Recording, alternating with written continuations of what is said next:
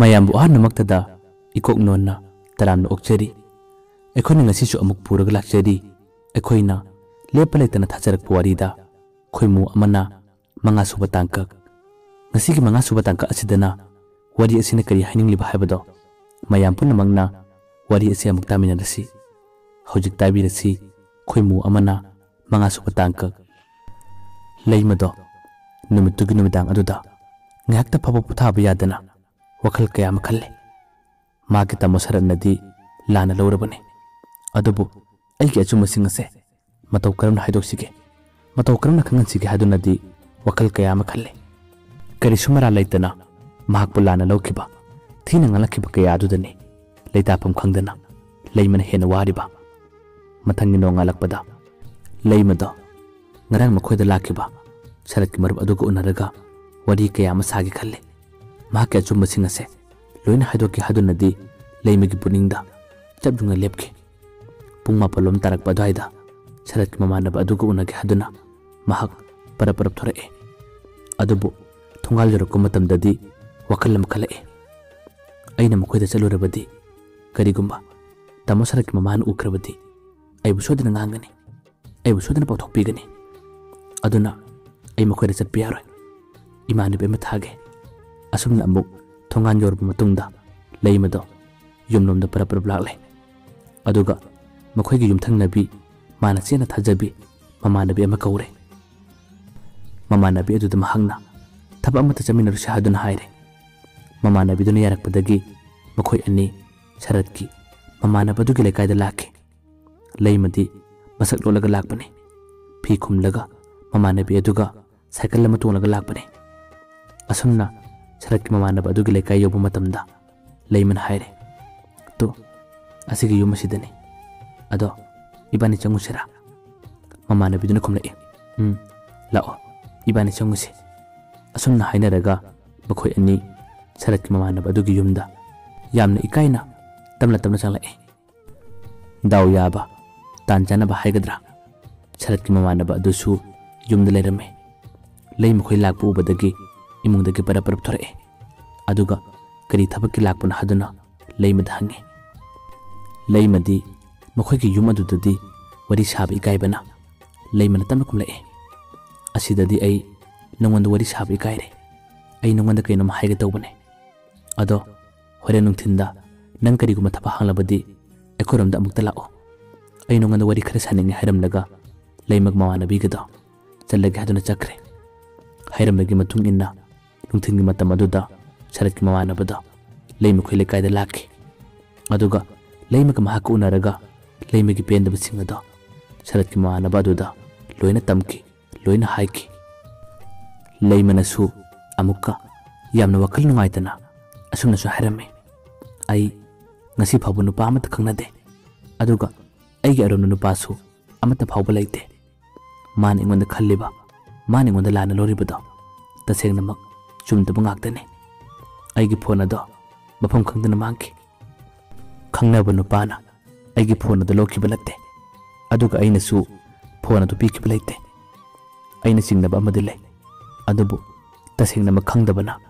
ai haidoktabane mamanaba aduna tamna hanglae kana chingnariba chingnaba khudima ado aingonda hayo aisu kanano khangbari yenge leimana khumlae aigi phone mangkiba numil ado tamosarakki mama ekoida laklame mahak lakpadagi aisu ngantang phambiramo haduna ima kaubu chakki ain ima kaururaga ekoi imaga aiga puna halakpadadi tamosarakki mamaga ekoiga wari kiyama sanare masu ngantang leramlaga yumda chalage haduna chakki mahak chakraba matungdane ain imungda changlaga aigi phone adu yengo matamdadi phone adu leramdabane ai tasena machingne tamosarakki mamanadi aibu yadabane aibu pamjadabane masina maram oiraga mana thoram khudimak sinba male adubu tasena makhangdabanina ai mana lobani haduna de hainingde aina chingna jabagi haibane nangnasu kanada su haidokano aduga aigi nuksinaba nupana tamosarata phone torlaga mongona thina ngalae mongona thina chede haibadudi tasena ai thajaba ngamde madudi chamin chajin male ai kana su khana ki blaite ai pallo haiba ishwar pallaga wasak pasung amgani asumna leimada wakan nungaita Sharat ki marup aduda pendaba kaya ama wakalle Sharat ki marup aduna amuk tamna haire adudi nang singnari base Sharat ki imabura leimana khumme ai mabu singne adubu asem karina khangdabana mana ne haibadumakti ai haiba ngamdre nangna kari gumanuk sibirabadi ai gi mateng amukta pangbiyu thogliba thodo asigi asengbado karino haibado amukta khangbiyu asumna fazana hajabadagi Sharat ki marup adusu leimana hairibado loini yare mana khumlai phare aishu asumбаду karino haiba khangnaba fazana thigalage aduga asengma khanglaba matam aduda aina su Sharat ta phone tawgani aduga fazana haigani nangnabu thamoi senglaba nangnabu atopu nupa khangnadrabadi kaisum wagano aina fazana haigani aina fazana yana hangani asumna hairakpadagi leimasu khajiktingdu wakan nungaiki Sharat ki marup aduna haire Sharat ki imada handakti napal khar kabane mazanu pa thabak tawre hadunasu khara pongthok chawthok bane adubu thorang khudumak singase mana sinbu orum lagadi nang kari matu wagano aina phana boloina singani aina nakhoi anibu kedonda kaina haloi asumnasu nungai bori kaya masaram laga hojikti Sharat ki marup ado mayumna hankre mahak chakhraba matungda leimasu yumda sum lehore adobu leima tasengnamak wakan nungaina leiba natte phone su paidabanina mahaki tamo Sharatna sodana lalna khalamgani mabu warawramgani habagi wakal sidani leima tasengnamak tumba chabi yakite lefam chapam khangkite tamo Sharat ki wakal tani mahakna sum khalaga leikiba somdasu Sharat to asum marang karimata khantadana pendab sauningma kaya aduna ngasidi mahak mamanaba sing aduna pirakhibi nupi aduda changnaina phone tawki aduga mokhoi anigi marisu phone da wari sanabaduna hena naksilaki leimagi number di oblaikiba pau phanaba phanglaktrabanina Sharat ngasidi leimagi wakaldagi tamna lapthokpa horai yamna kuina kanakhiba yamna kuina hokiba matambudi natte adubu hojik thama khaimarumdi phalaklabane leimana fazana hajarapagi matungina Sharat ki marup adunasu achumba singado karino khanglaga haduna yamna kumna thigatsaki nomagi numittadi Sharat ki mama aduna mahana thorang toriba nupa aduga wari kayam sanaramba aduga leima madi Sharat ki nuksinabana kangkhong chaikiba kaya adugi warido makhoi anina sanarampaduda Sharat ki marup aduna loina taki loina khangki numit adudagi leima mara leite haibase maksu khangki mathangi nonganbada mahana Sharat ta phone tawki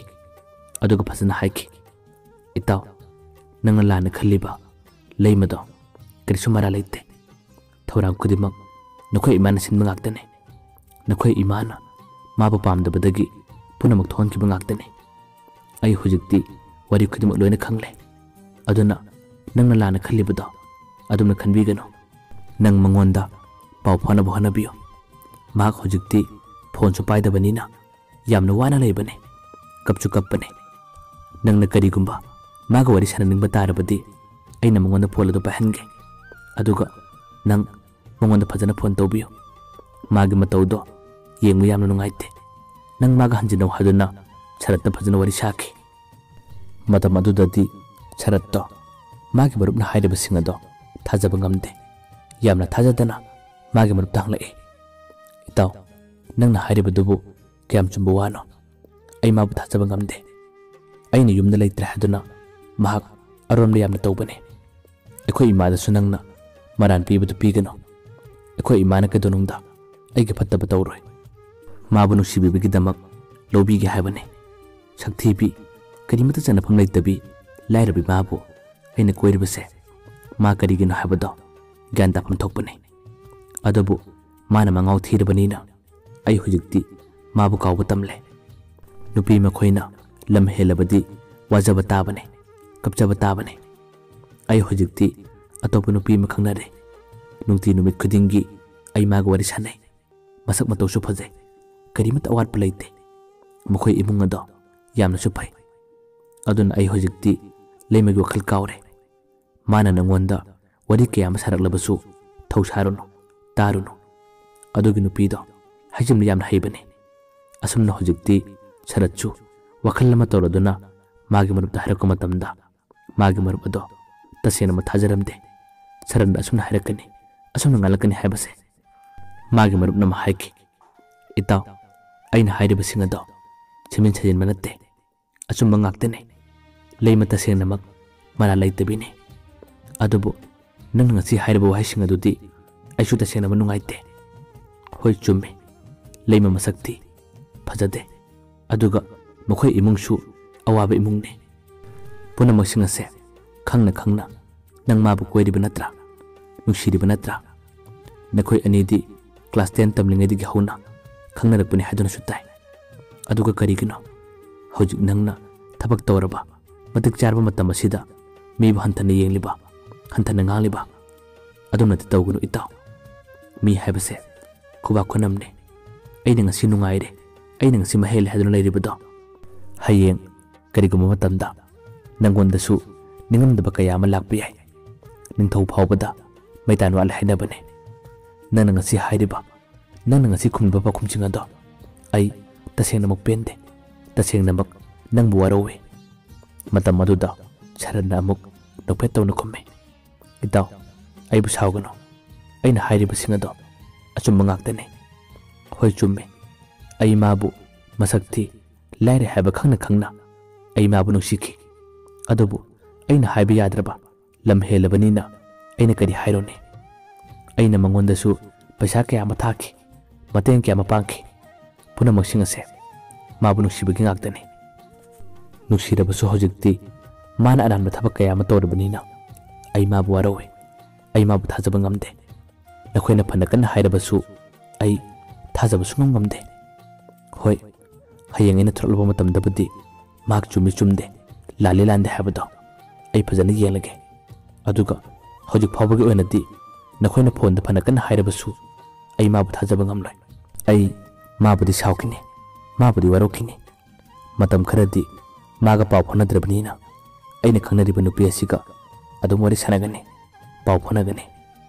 matam aduda Sharatki maruptuna makhumlae itaw adumna tawgano yamna phattaba thabakne nangna tawribado kangtangi sawribane nungaitribane haduna achum maran karino khangdana nupi hektama koiba nupi ama sinbado yamna phattaba thabakne papki masakne hayeng karigumba achumbadu karino khalaba matamda nahak nongna koiriba nupi adubu lapthokpa ngamgadra kainaba ngamgadra ngamloidaba thabakne nuksibada phagi tawgano nuksibada matam lengano lawroidaba nupidasu aduna sanaba laknabadu tawgano matam kuina khangnarakpa nupi amabu nangna aduna miraiba haibase hayeng nangi punsidasu kaidonungda nungaiba haibadu oiroi nang wakal amukta khantaw leimabu amukta nuksibiyo matam aduda Sharatna amuk nokpet tawna khumme itaw karigino nangna leimagidamakta adu yamna waridubo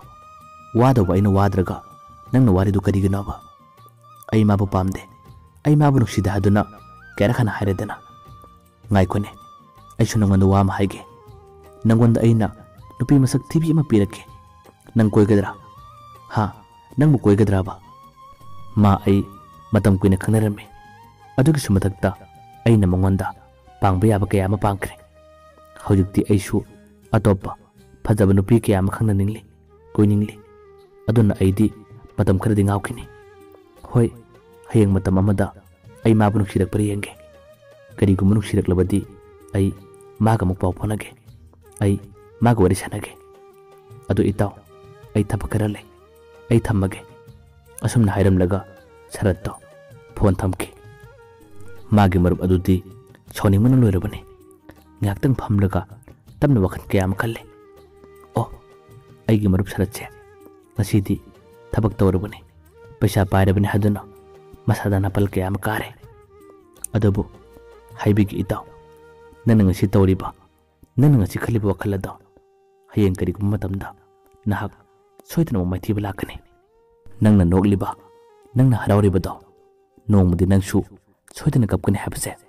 na kawgano asumna Sharatki marup ado ꯅꯨꯡꯉꯥꯏꯇꯕ ꯋꯥꯈꯜ ꯀꯌꯥ ꯑꯃ ꯈꯟꯈꯤ꯫ ꯃꯌꯥꯝꯕꯨ ꯑꯔꯣꯏꯕꯗ ꯑꯃꯨꯛ ꯍꯟꯅ ꯈꯨꯔꯨꯝꯖꯔꯤ꯫